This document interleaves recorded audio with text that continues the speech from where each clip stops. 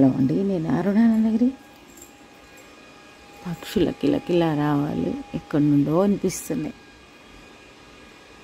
ఇక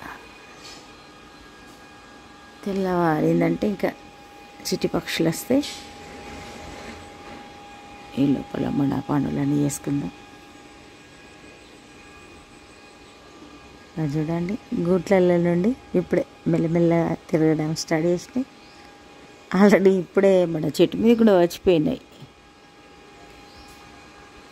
చూద్దామని వచ్చిన, అందుకే. సరే, మరి ఇంట్లోకి వెళ్దాం. చూడండి, ఇప్పుడే మన పూజ అయింది. ఇక బయటకు వెళ్ళి సూర్యునికి అర్ఘ్యం ఇద్దాం. ఇక పూజ అయిన తర్వాత వెంటనే సూర్యునికి అర్ఘ్యం ఇచ్చి ఇక బ్రేక్ఫాస్ట్ తయారు చేసిన. ఈరోజు సింపుల్గా ఉప్మా చేసిన, కానీ ఏం షూట్ చేయలే. ఇక లాస్ట్కి అయితే చూపిస్తున్నాయి. ఇప్పుడు టీ కూడా తాగుదాం.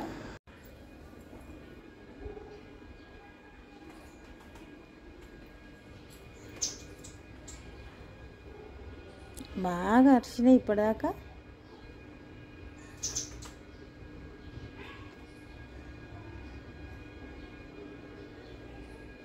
వంట చేస్తున్నా, ఒకటిసారి సడన్గా వినిపించేసరికి వచ్చిన వెళ్ళిపోయినాయి. చూడండి ఎంత అల్లరి చేస్తుంది. ఇప్పటిదాకా ఊరపిచ్చుకలు ఉండే. ఇక నాకు పని ఉంది కాబట్టి చేయిస్తలేను. చూడండి,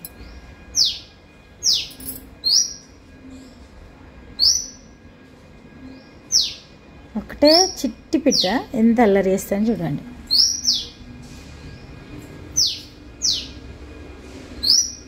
ఎందుకు అంత అల్లరి?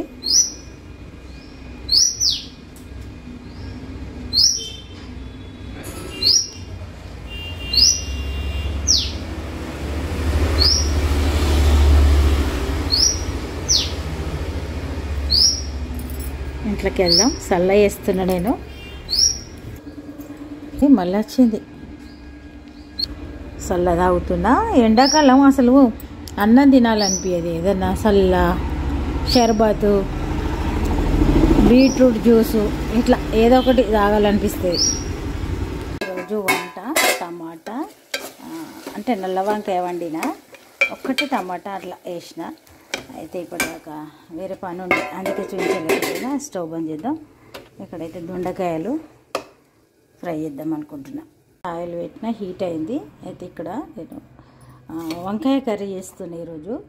ఇక ఇప్పుడు ఒక 10 దొండకాయలు ఉండే, ఆ దొండకాయలను ఇట్లా డీప్ ఫ్రై లాగా వేద్దాం అనుకుంటున్నా. ఇంట్లో ఉల్లిగడ్డ, పచ్చిమిర్చి, ఉప్పు, కారం వేసిన, కొద్దిగా బియ్యపిండి కలిపిన. ఇట్లా పకోడీ లాగా వేద్దాం అనుకుంటున్నా. ఉల్లిగడ్డ ముక్కలు ఎక్కువ ఉండాలి, ఉంటే ఇక దొండకాయ ముక్కలకు పట్టుకొని మంచిగా ఉంటాయి.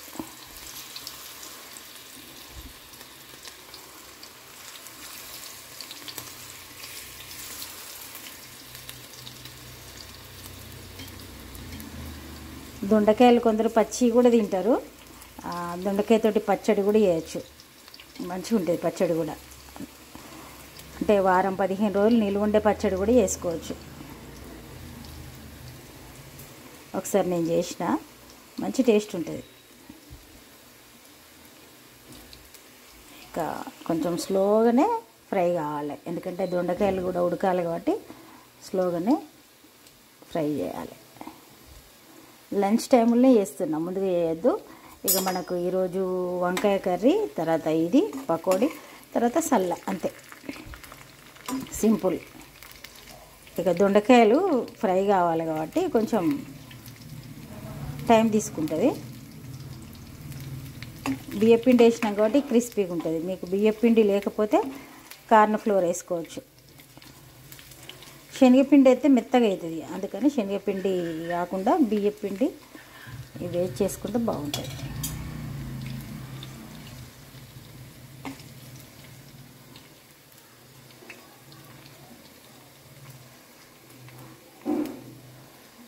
ఇదైతే నేను ఫస్ట్ టైం ఇట్లా ఇట్లా దొండకాయ ఫ్రై సేమ్ ఇట్లా కాశీ టూర్ వెళ్ళినప్పుడు అక్కడ మనకు రోజు భోజనం పెడతారు, అందులో వాళ్ళు ఇట్లా చేసిండ్రు. దొండకాయలతో కూడా చేస్తారా అనిపించింది. నేనేమో కాలీఫ్లవర్ తోటి చేస్తా, నాకు అది ఒకటే తెలుసు. ఇక వాళ్ళు దొండకాయలతో చేసిండ్రు ఆ రోజు. అట్లా అనిపించింది. ఇంకా కారం వేస్తే బాగుండేమో, కానీ ఇక మరి మన ఇంట్లో తినే వాళ్ళని కూడా ఆలోచించి వేయాల్సి వస్తుంది అన్నీ.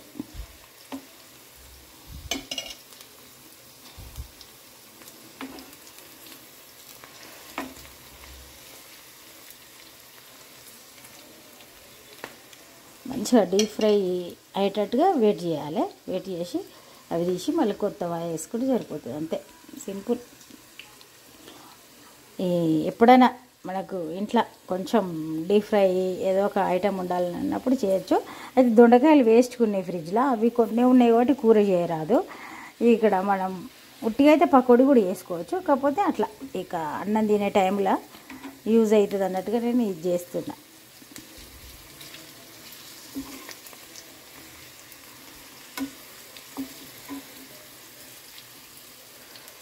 అప్పుడప్పుడు కొన్ని కూరగాయలు మిగిలిపోతాయి, బెండకాయలు, వంకాయలు, పప్పుచారులు వేస్తాం కదా, అట్లనే ఈసారి దొండకాయలు మిగిలినాయి కాబట్టి ఇట్లా వేస్తున్నాను నేను. దొండకాయ చూడండి మొత్తం టోటల్గా డీప్ ఫ్రై అయితే మంచిగా ఉంటుంది. ఇక